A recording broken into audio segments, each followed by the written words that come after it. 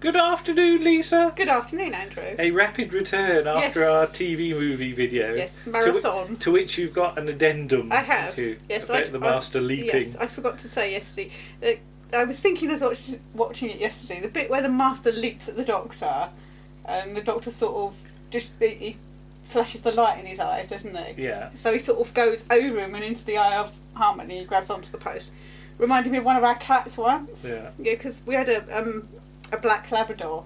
Yeah. And the Labrador was sitting in front of the fish pond, and the cat decided to jump on the dog. Right. So, and the cat jumped, and just as the cat jumped, the dog sat down, and the cat went soaring over the dog and landed in the fish pond. Had to do the doggy paddle of all things to get out, and walked off going, I meant to do that. I meant to go in the pond. So is that like the master? He crawls out of the Eye of Harmony and goes, I meant to do that. I meant to do that, yeah. Doctor! But, as suggested, we really ought to cover the period between Ghostlight and the TV movie. Yes. And what happened. We should have done that before yesterday, really. I know. And what happened in our fandom. Yes. And there's a lot to cover. There is. And we might have spoken about some of this in various other places, so apologies if you've heard some of this before. Yeah. But we were busy, weren't we? Yeah. And not just with Doctor Who things. Yeah. And there were quite a few Doctor Who things. Yeah. So there was Search Out Science. Yes. Did you ever see that? I think I saw it at the time. I think I only really saw it on the DVD, whichever DVD it's on. Yeah, I definitely see it because I remember I recorded it. Because I recorded every Doctor Who bit and piece that I could. I might have not so if necessarily known it was Pertwee on, turned up on Noel Edmonds or you'd something record like that, yeah, or Sylvester and things like that. So yeah. I had tapes of odds and ends of Doctor Who. But it's fascinating. Things, and that's how things survive to be on the DVDs these days, that somebody recorded it at the time. Yeah. So. And, not a lot happened in 1990. No. I think I might have joined the device in 1990. Yeah, when did you... Or early 91, I'm not sure. But our sort of paths don't become intertwined till a little bit later than that. But Fandom itself was very busy in the early 90s. I mean, for instance, they were writing, the New Adventures were being written by a lot of fans. You know, Paul Cornell and Nigel Robinson and all sorts of people. I mean, I certainly had a lot of the New Adventure stuff for a couple of years, and I do remember sort of summers on my time at the weekends would be spent on a recliner in the sun. Okay. Reading New Adventures. With some sweets and reading New Adventures books, and then falling asleep after about 20 pages with me gob out. Not that they were boring, because I was in the sun with me sweets. Yeah. But there was an awful lot of this sort of stuff going on. Have you got? This is a classic A5 fanzine. In this case, Purple Haze.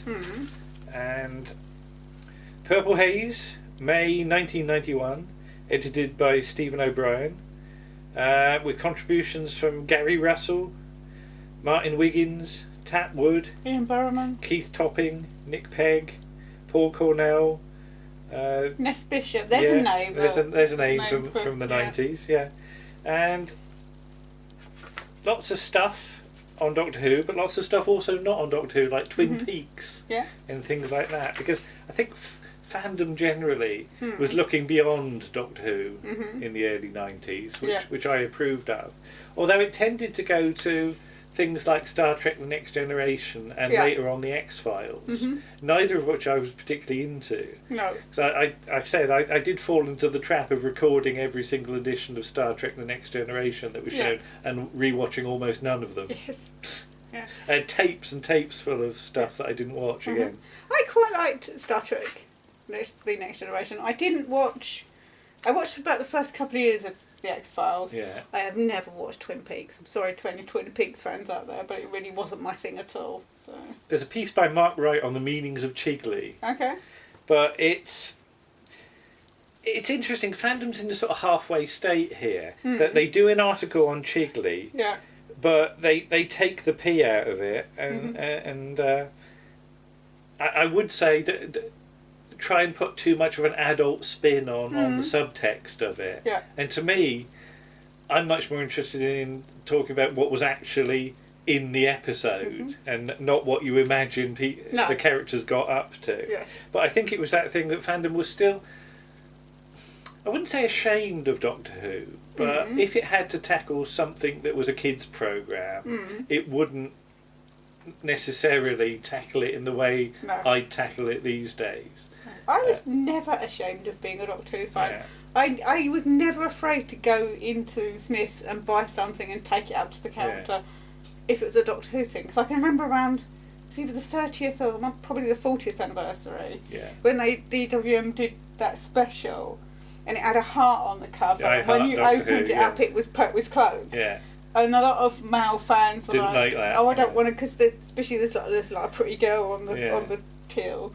Just come and buy it. But you were out and proud. Yeah. There's an article on here about the Exospace Convention. All right, yeah. And that's the one that Andy P and his sister went to, and I went to, and of course I didn't know them.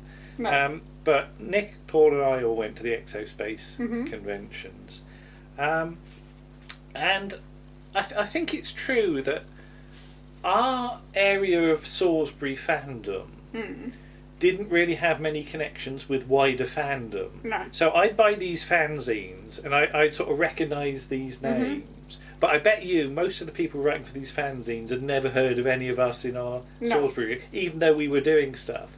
I think because we didn't go down the standard A5 fanzine route, we tended to do our own slightly different things. And I'm just going to run through a few of those in a minute.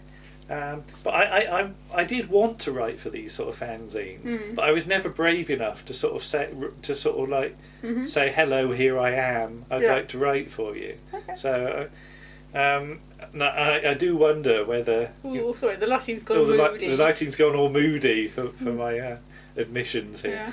I do wonder if I'd got more involved with A5 fandom. You know. Maybe I might not have ended up where I am today. So it's interesting.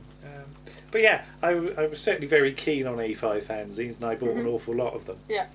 But what we tended to do. Oh, sun's come out again. Yeah.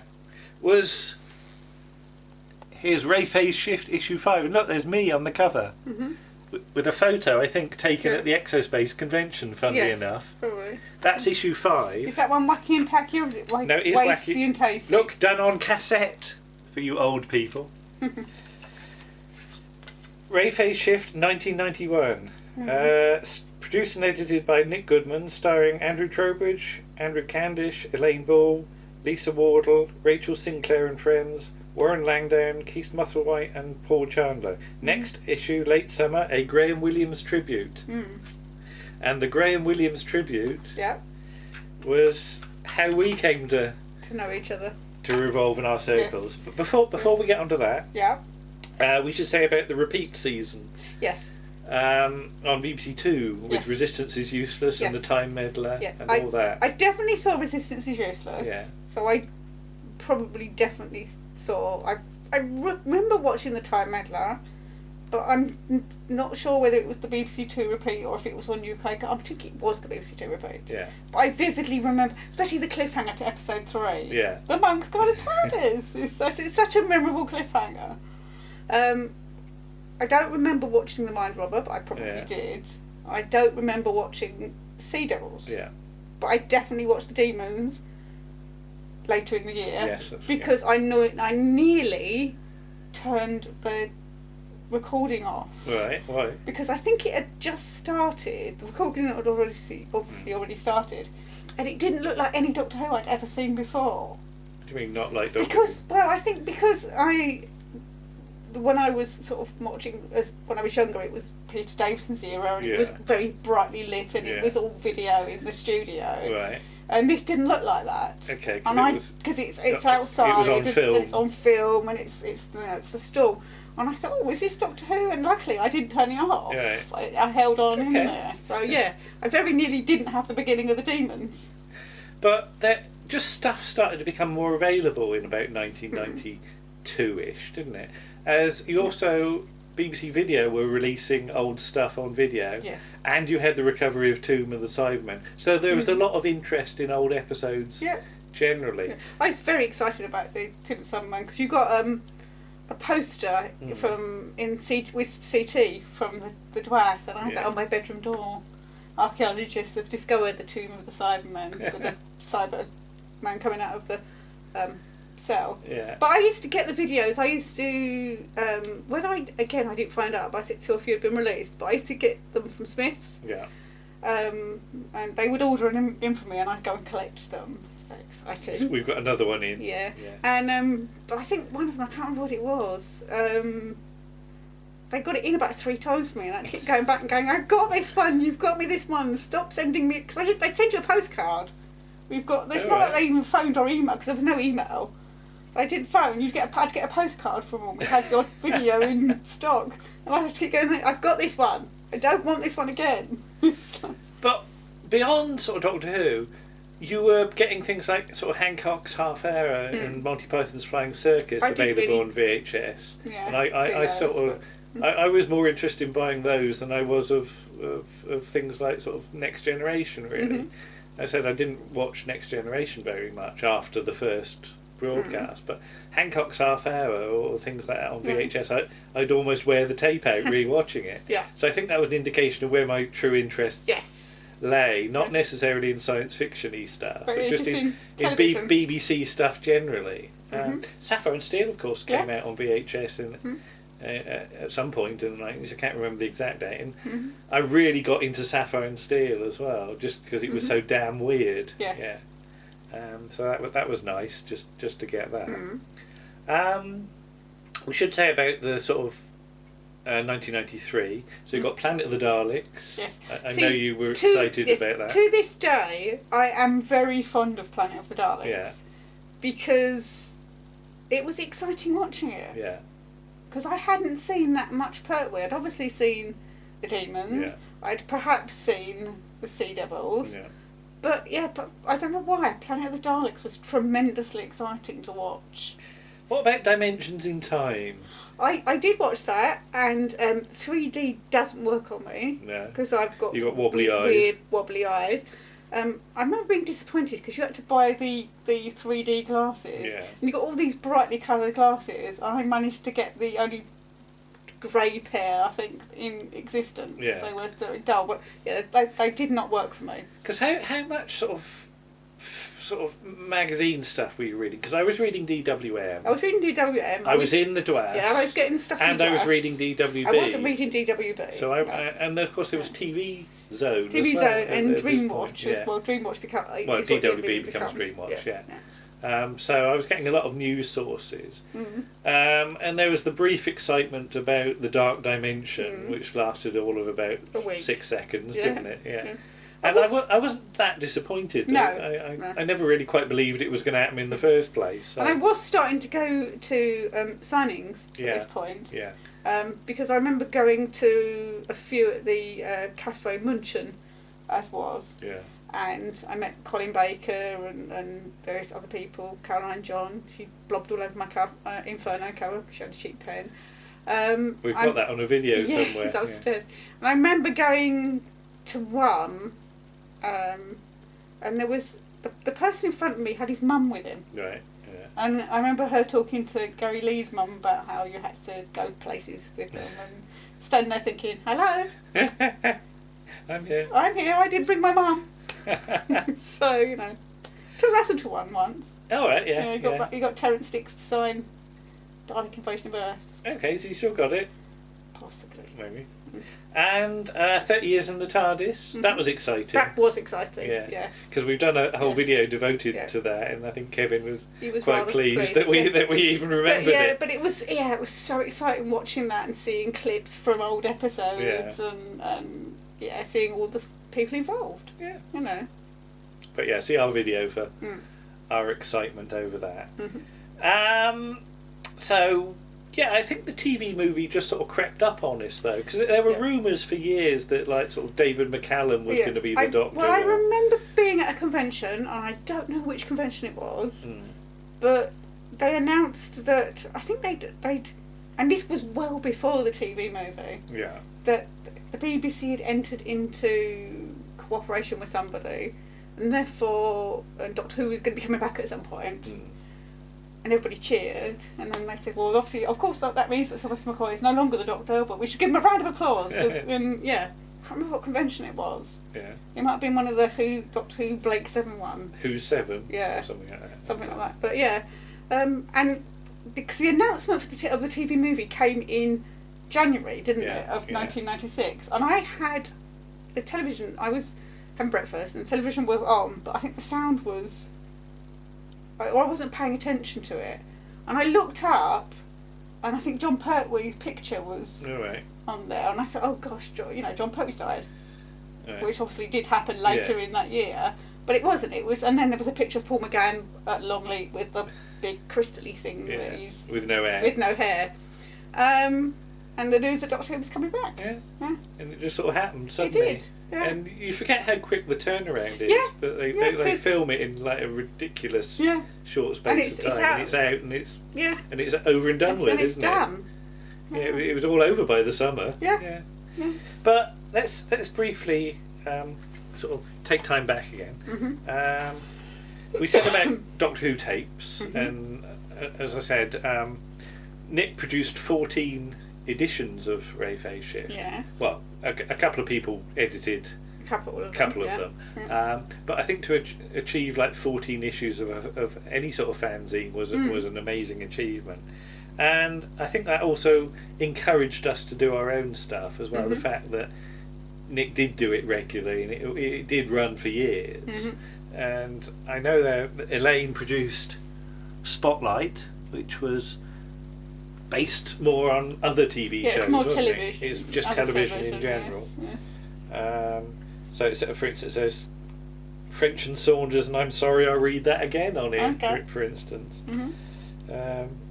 So there's Elaine, there's Paul, there's Nick, there's me, and a few other people like Darren Paris and John Hadlow. So got involved with those. So there's that. But there it goes. Everything's falling. But Paul, for example, was always writing, and so was Nick. Yeah. And Paul came up with the format Spectrum. Mm-hmm. And he wrote scripts for Spectrum, which was like a sort of fantasy soap opera. Yes. And he used to bring them round to Nick's, and we did record a few episodes with us playing all the parts. Because you did Genesis of the Wagons as well. Well, I'll get onto videos. I'll get onto videos later, but so here's some scripts, typewritten on an old manual typewriter. Mm-hmm. These are even unpublished ones, you see. All right. Okay. This is Spectrum, A Story of Unhappy Families, and I just put episode N because I didn't know what number it was. Mm-hmm. It was going to slot in with Paul's numbering system, but we never quite worked it out. And they were just multi-part stories of like weird fantasy soap opera stuff. But look at the pages that I wrote there, all on a manual typewriter, clunk clunk clunk clunk. Mm-hmm. So I wrote those, and then later on I said to Paul, well, maybe I could produce a fanzine of some of the scripts, write original scripts and invite a few other people to get involved. Yeah. So I sort of took it over for what we called season 2 of Spectrum. Okay. Which, way careful now. By the end of it, we were producing this. This is the last one. This is season 2, story 7. Kolchak the Spectrum Stalker by Alan Harris. There you are. There's a scary cover. But yeah, proper A5 fanzine. Yeah. Just with scripts in. Yes. And a bit of clip art and stuff like that. So that's what they looked like inside. So season 2 was written by Andrew Trowbridge, Nick Goodman, Tony Derbyshire, Simon Exton, and Alan Harris. So I was literally acting as sort of script editor and sort of showrunner and lead writer, which was very weird. But this one, for instance, ran to 48 pages. And of course, how do you do an A5 48-page fanzine? You start off. Look at this.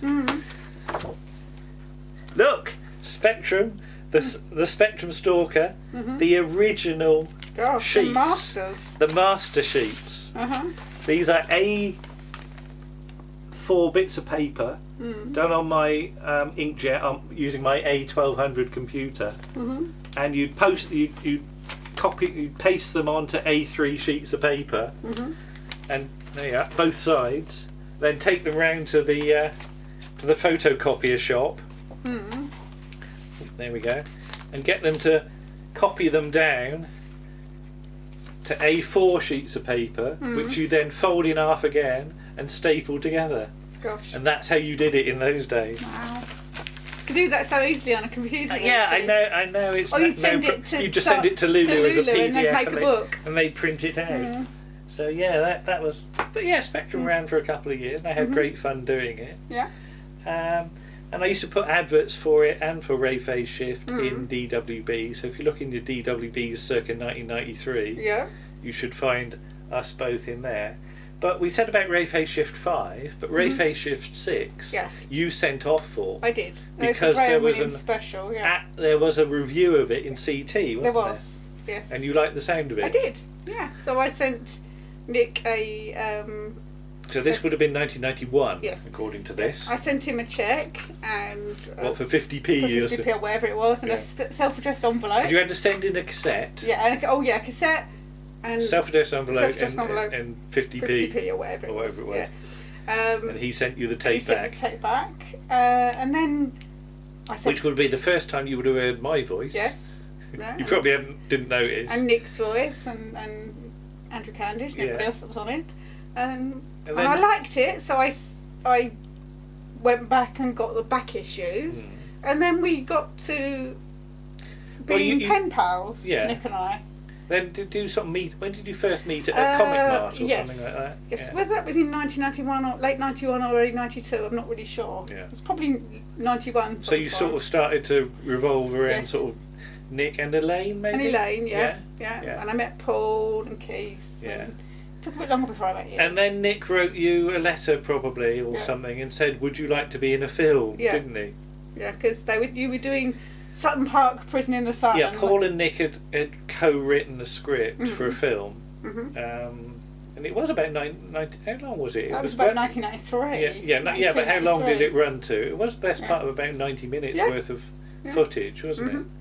All shot on VHS-C. Yes. Yeah. Yeah, but whoever it was that had agreed to play the part from, we had to pull out. Because previously Nick and I and Paul and various people and Elaine had done a spoof Blake Seven thing where I was Travis and Nick was Travis and Paul was Villa and Elaine was Servalan and Andrew Candish was in a box and he was Aurak. Yeah.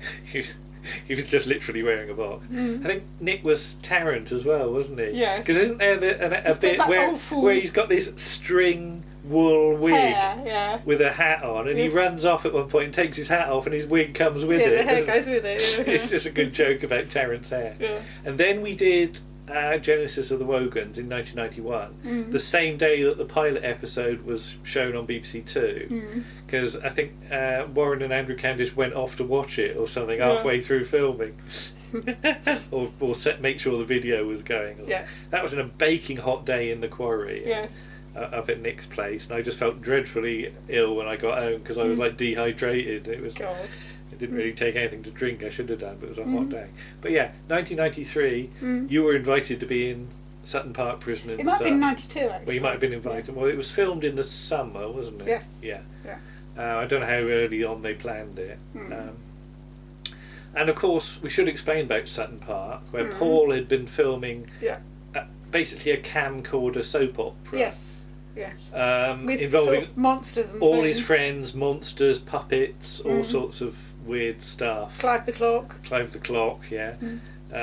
All sorts of weird stuff. And Paul is putting them up on YouTube now. If you look on the Mr. Shy Yeti thing. But the way Sutton Park worked was that it was basically a video diary of Paul's life with added fantasy. Yes. So I will put one in the comments below. I might put a couple actually, where you went to a convention with Paul and Nick and Elaine and various other people, and so there is footage of this convention, which has got I think Liz Slade and Fraser Hines, Sophie Aldred, Sarah Sutton, and so the convention was partially filmed by Paul on the sly, as to be said.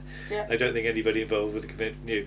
Meanwhile, there was an ongoing Sutton Park plot that the Dalek balloons were full of explosives and the building was going to explode or something like that. Yeah. So there are loads of people in fandom who have been in Sutton Park unwittingly, not knowing that there was this overarching plot going on through things that they went to. Yeah. Because Anthony Ainley gets some lines in one, doesn't he? Mm-hmm. Yeah, when he met Paul and he said, "What an unexpected pleasure." Yes. So that's part of the story, isn't it? That's much later on. That's later, but yeah, Sutton Park ran through the whole of the 90s. But yeah, 1993, you're asked to be in a film. Mm-hmm.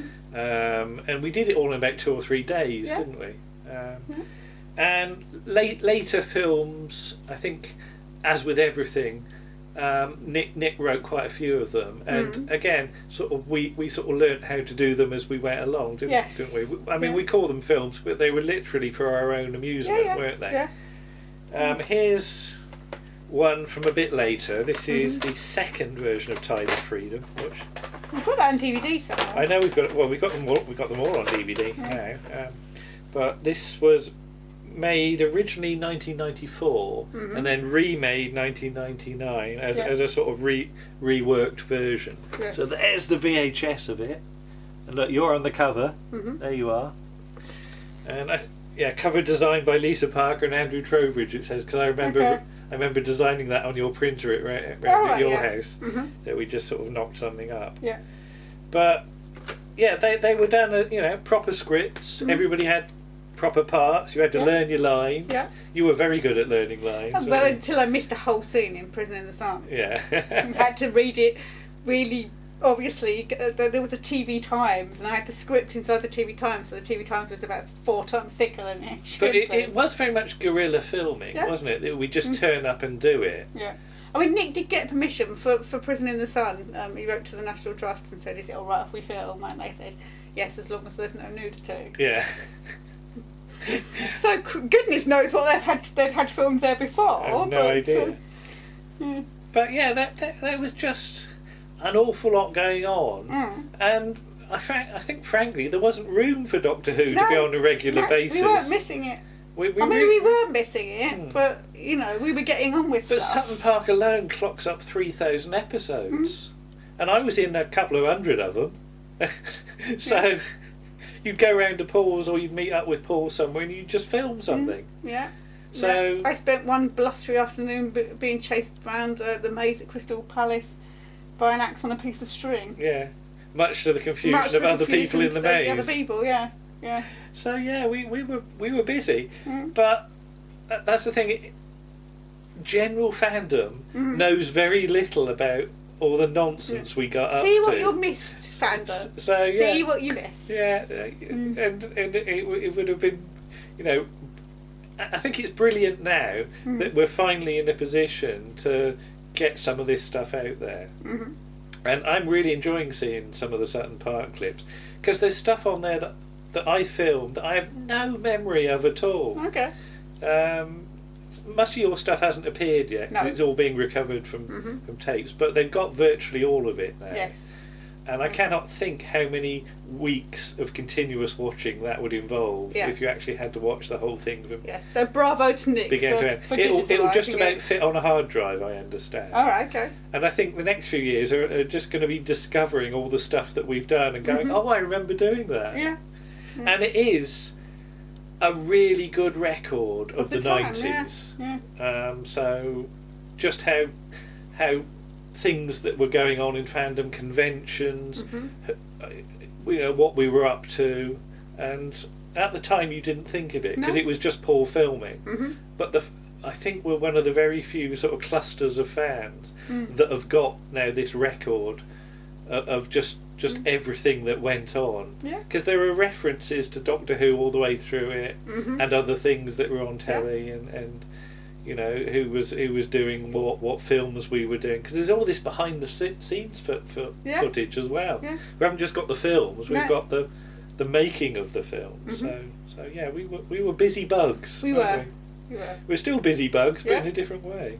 But yeah, that's the first half of the 90s. There is more to talk about in the second half. We will talk about the after the TV movie. But yeah, I'll put a couple of Sutton Park links in below if you fancy a look. I'll certainly put the convention one. I'll see if I can find some weird ones with me and Barry the Bat, Barry the Rubber Bat, and some of the hand puppets. That might be a bit later, but I can't remember the dates on some of them. But we'll see.